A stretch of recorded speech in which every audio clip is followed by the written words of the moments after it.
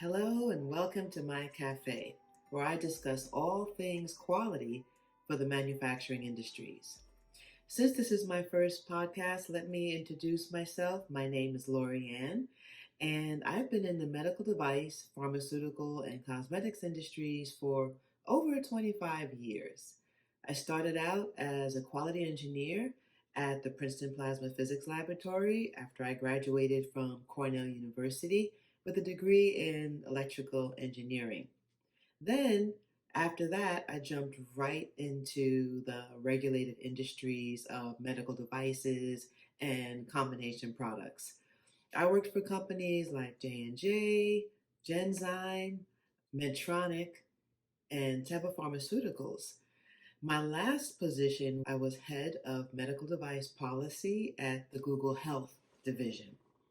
So, a little bit about my personal side. I love to swim and I love to cycle. And there you'll see some photos of me winning my first gold medal in the aquabike triathlon competition last year. I'm also a singer and songwriter. So, all of the music that will be in this podcast is music that is composed by me and performed by me. So, since this is my first podcast, I would like to talk about what is quality. It's a great start, right? And just to let you know, I will be categorizing my videos, whether it's going to be basic information, intermediate information, or on the subject matter expert level. And also, I've got a few verticals like cosmetics. Industry verticals and medical device verticals.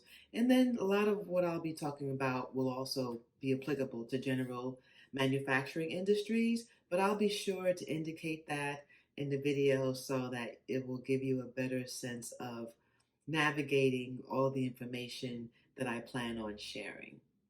So, with that, let's get going.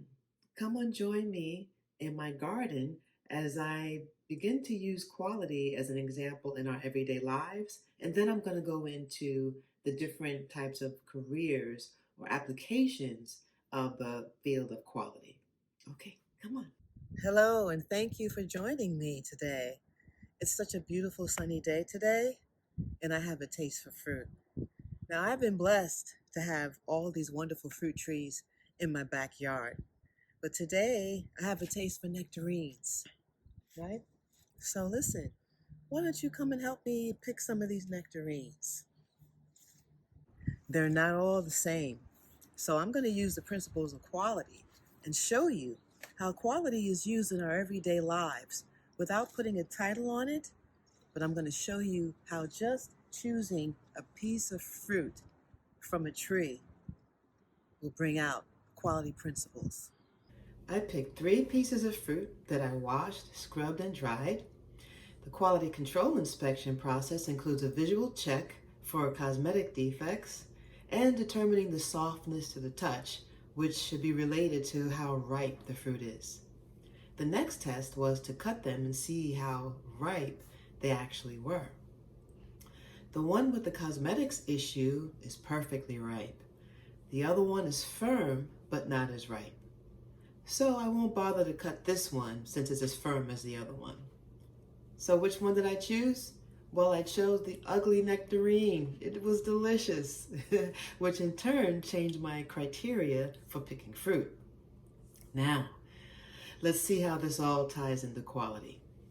The first procedure that I had when I brought the fruit was to bring it inside, scrub it, wash it, and dry it. The second procedure was a quality control visual inspection for cosmetic defects and seeing how firm the fruit was to the touch. Now, in order to determine really how ripe the fruit is, we then cut the fruit and saw that the one with the ugly defect, the one in the middle, was the ripest one. So from there, I did a rework procedure where I just removed all of the cosmetic defects and I selected nectarine number 2. Now, the next time I go into the garden, part of my new procedure, which I needed to update now, The first one will be to accept the cosmetic defects, understanding that the nectarines are fine as long as I cut out that defect.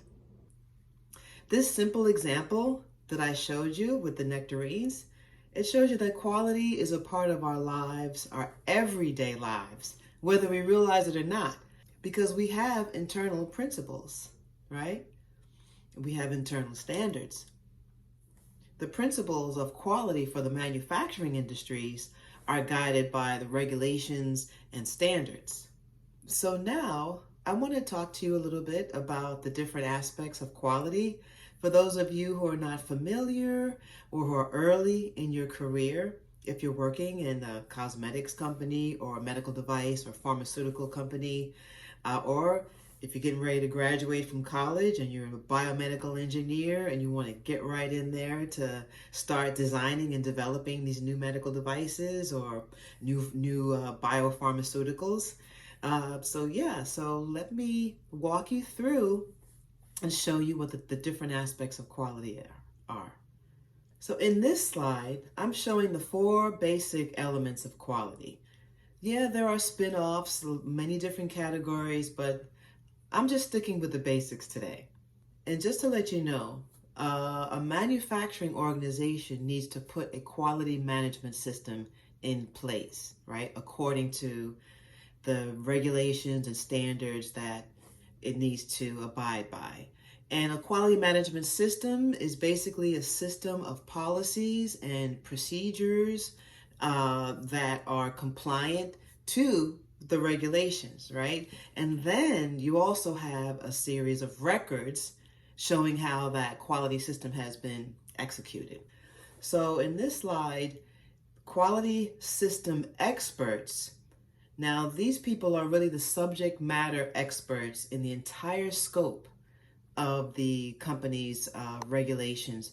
So usually these people have had a number of years of experience, and they're experienced pretty much all of the other elements of quality that I'm going to go through. But these are the ones who will be the leaders, typically quality managers or quality directors. They should be quality system experts because they should have the knowledge of how to manufacture a product and all the regulations that are behind it from end to end, from the development process all the way through to post-market monitoring, right?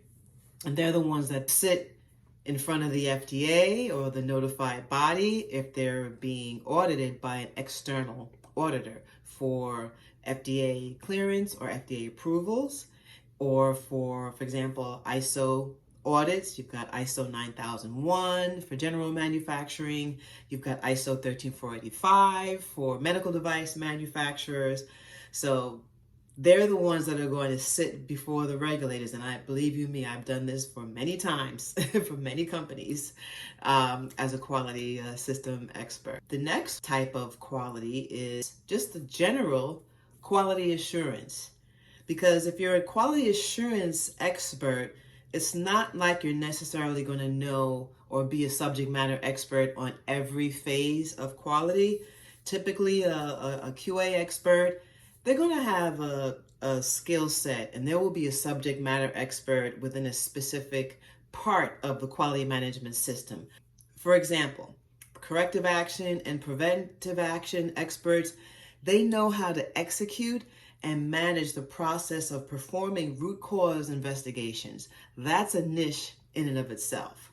Or you can have experts in internal audits, which is a really important aspect of quality because that's part of how a company performs their own self-assessment by having a set of independent auditors that can go in and audit and make sure that and verify really that everyone is following their procedures and work instructions and their records are being documented correctly. That's what the auditors do.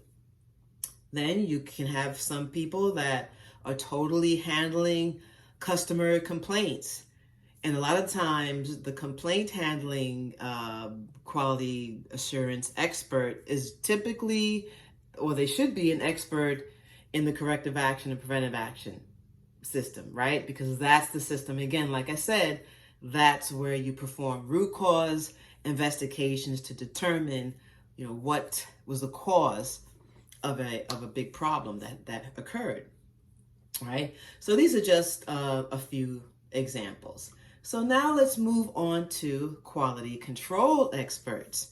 Quality control is all about inspection and test, right? So you'll have some quality QC people that are in the lab and they're doing a lot of lab work and they're using a lot of laboratory equipment, microbiology testing, or different chemical testing that's done, or software testing.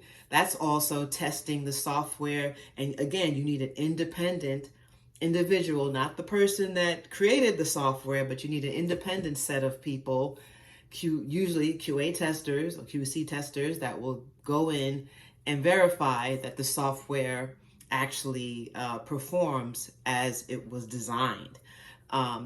Or you'll have QC inspectors.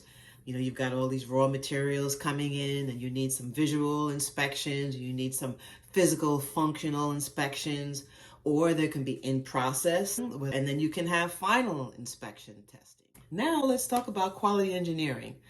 I started out as a quality engineer. I'm very proud of my humble but great beginnings. Quality engineering is something that was the first field that I jumped into out of college, because when I graduated from college, I had no idea what the whole field of quality really was. I was an electrical engineer, and but I literally jumped into quality in my first job when I worked at the Princeton Plasma Physics Laboratory in Princeton, New Jersey. And at that job, I was doing a lot of data analysis, I was doing metrics, I was generating reports, and I was also doing a lot of internal auditing as well. But then it wasn't until about 5 years into my career that I actually learned about the applications of statistics for the manufacturing processes, right? So, and as I studied for my my certified quality engineering certificate through the American Society for Quality, it's heavily on statistics and manufacturing process improvement, manufacturing process monitoring, right? Capability analysis, right? SPC, statistical process control.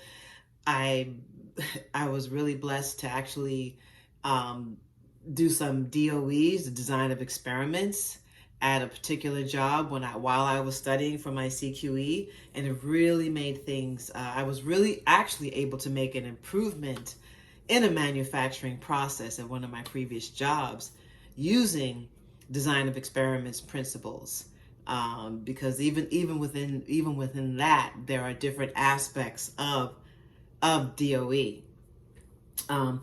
Also, supplier quality. Some quality engineers can just focus purely on qualifying suppliers and making sure that all the raw materials that we're buying from these suppliers, these external suppliers, are coming in and they're good quality.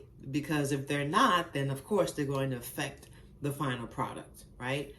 Some quality engineers will really just be experts on equipment metrology, calibration, maintenance. So folks, I could talk about quality all day. So I'm going to stop right here. And I want to thank you for coming and joining me in my cafe, where I've introduced myself to you. I've brought you into my own backyard and my home, where I've showed you an example of how quality is really a part of our lives, our everyday lives, right? And all the decisions that we make.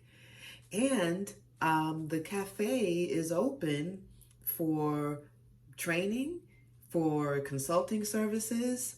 Whatever your quality needs are, the cafe is always open. So stay tuned for my next episodes and the next articles that I will post. I actually have a surprise guest that I will be bringing on to the show in the next couple of weeks. So I'm so excited about the cafe. So listen, again, thank you for joining me. And please stay blessed, stay humble, stay healthy, and stay happy.